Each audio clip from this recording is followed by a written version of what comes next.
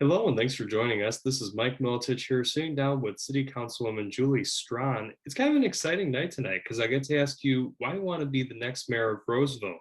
So, Julie, tell me a little bit about what your goals are for this city. Thank you, Mike, and thanks for the opportunity to speak. I'm excited to run for mayor because for the last 16 years, Roseville has had the same mayor and things have kind of stalled out.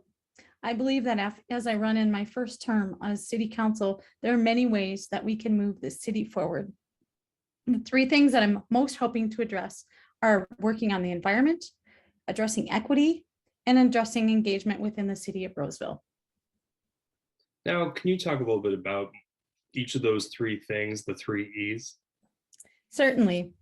So in an environment, we as a city of Roseville have achieved Green Step 5, which means we have done many things to achieve racial.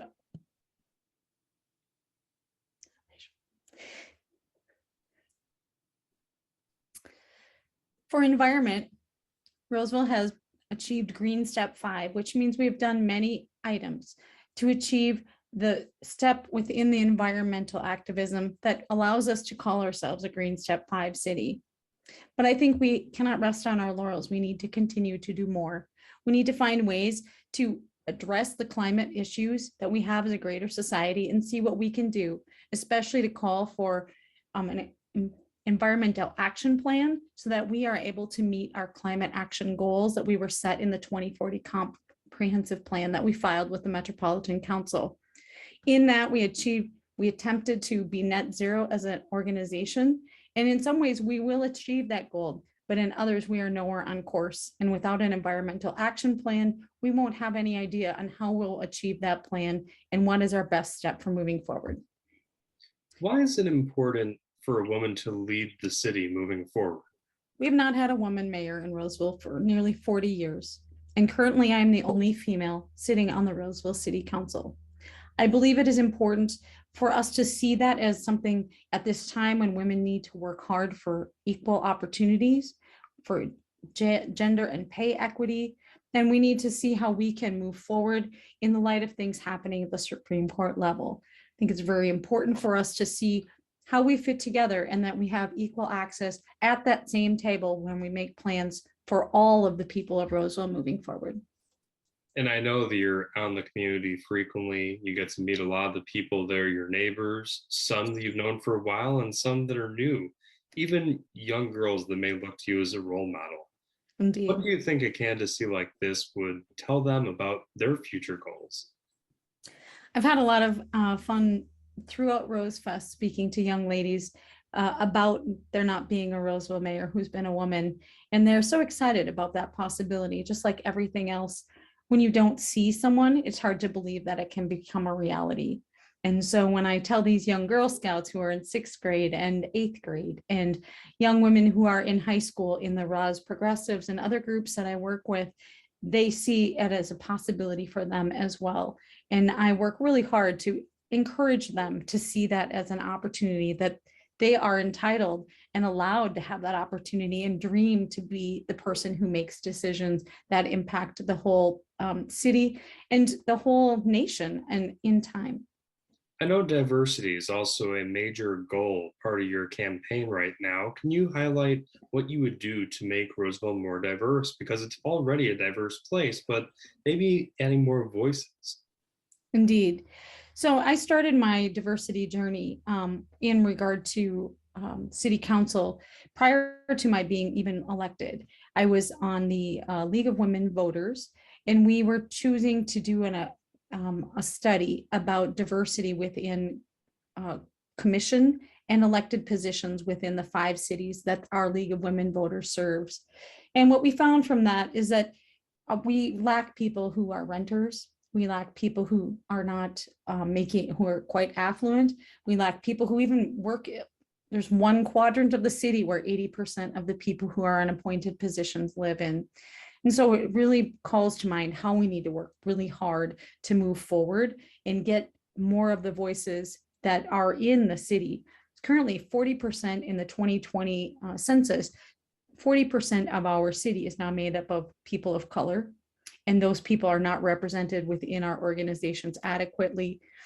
as an organization, we did reach an important goal a few years ago, over a year ago, when we hired Thomas Brooks as a DEI representative within the city staff.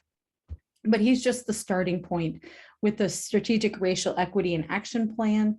We need to move forward with the racial equity toolkit that was created and make sure that we continue to have more diverse hires within the city, and that we have more diverse people on all of our commissions, and as well as in the city council and the makeup of the people who lead this city, so that all people can feel like their voices are heard. Clearly, many people are still recovering from the COVID-19 pandemic, whether it's healthcare, housing, jobs. Is there anything you would like to see done as mayor to help people recover? Yeah, I mean, we've done so many things as a city that people don't necessarily know about. And I think it's really important that people are aware of how they can connect into the resources that we have set aside. The city has set aside $50,000 to provide 5 grants to nonprofits within the city, especially those that are smaller that may have been impacted by COVID-19. And so they are to they need to reach out to us and apply for this grant money, which is completely free to them. There's no, it is a grant that's not repayable, but to provide these organizations who do such good work within our city an opportunity to kind of get back on their feet. In addition, we set aside funding from the ARPA funds to help fund small businesses and their social media through our Golden Shovel project.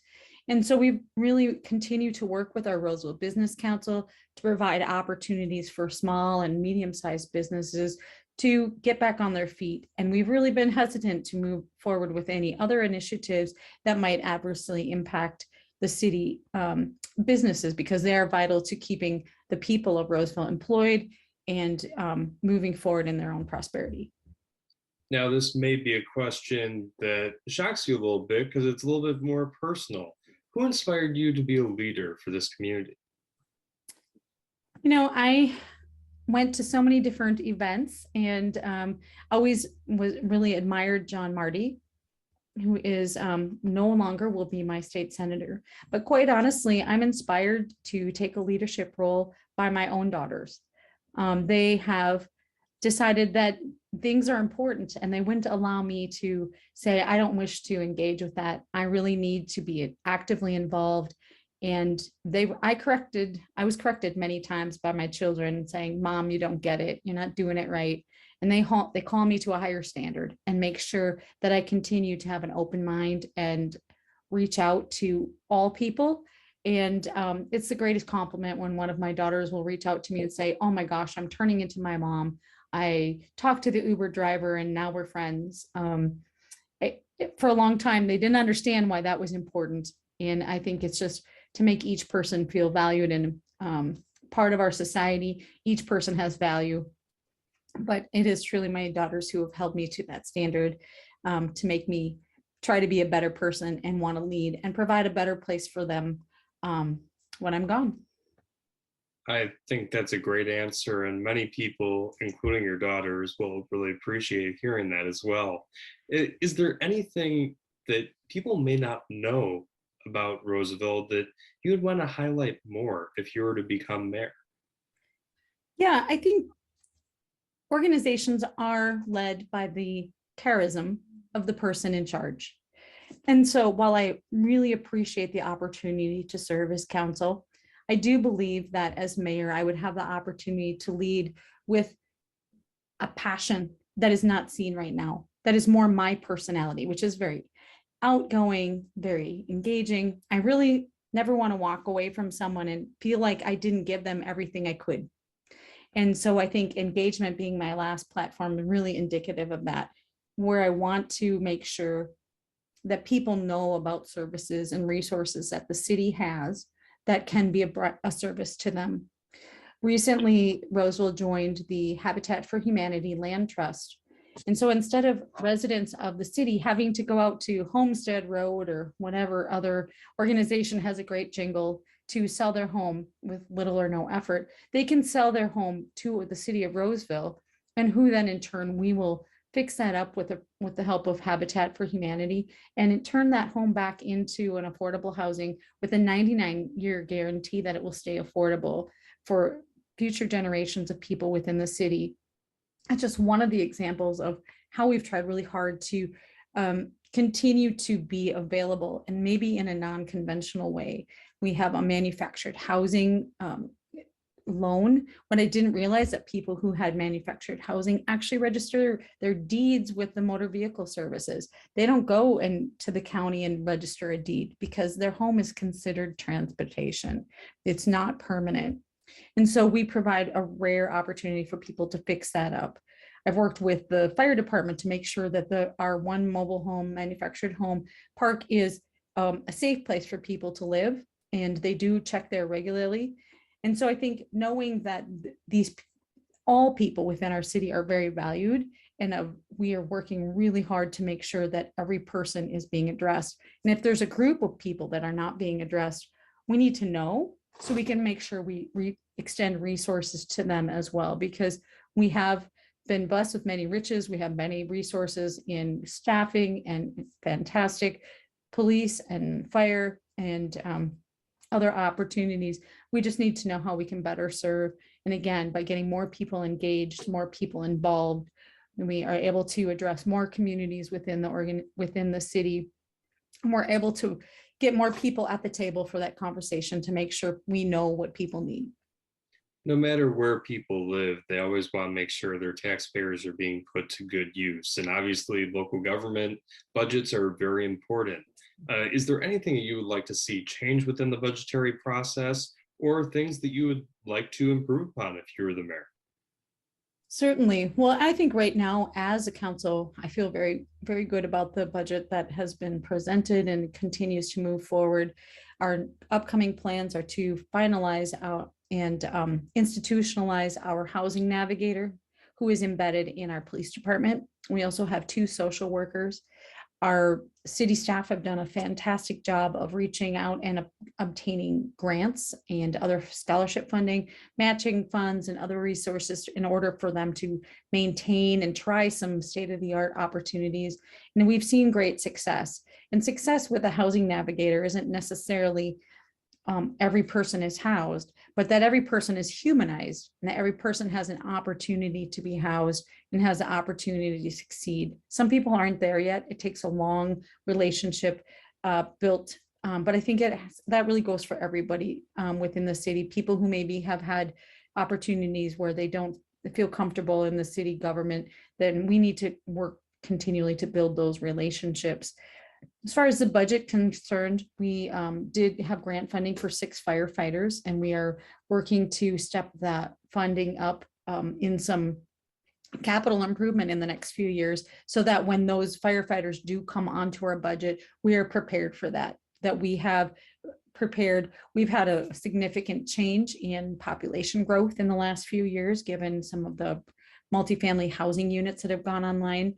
And so it's really important, especially as one of the older communities in the metro area, at one point the oldest, we need to have really competent basic life responders. And we have invested money in the training of all of our fire department, because they tend to arrive substantially faster than the ambulance services due to events. So knowing these needs, seeing the needs, and then addressing them and finding ways to continue to do that. So I really feel good about that.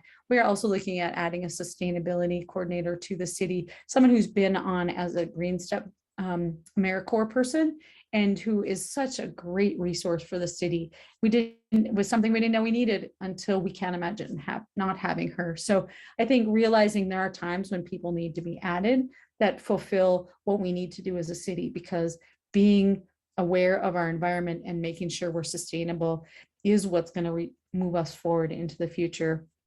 I think the main thing for budgets is to make sure that we live within our budget, and we have cash in reserve right now, but we are aware that there is a substantial inflation problem, and that many resources, gasoline and other things that power our public works vehicles will have a significant hit on their budget this year.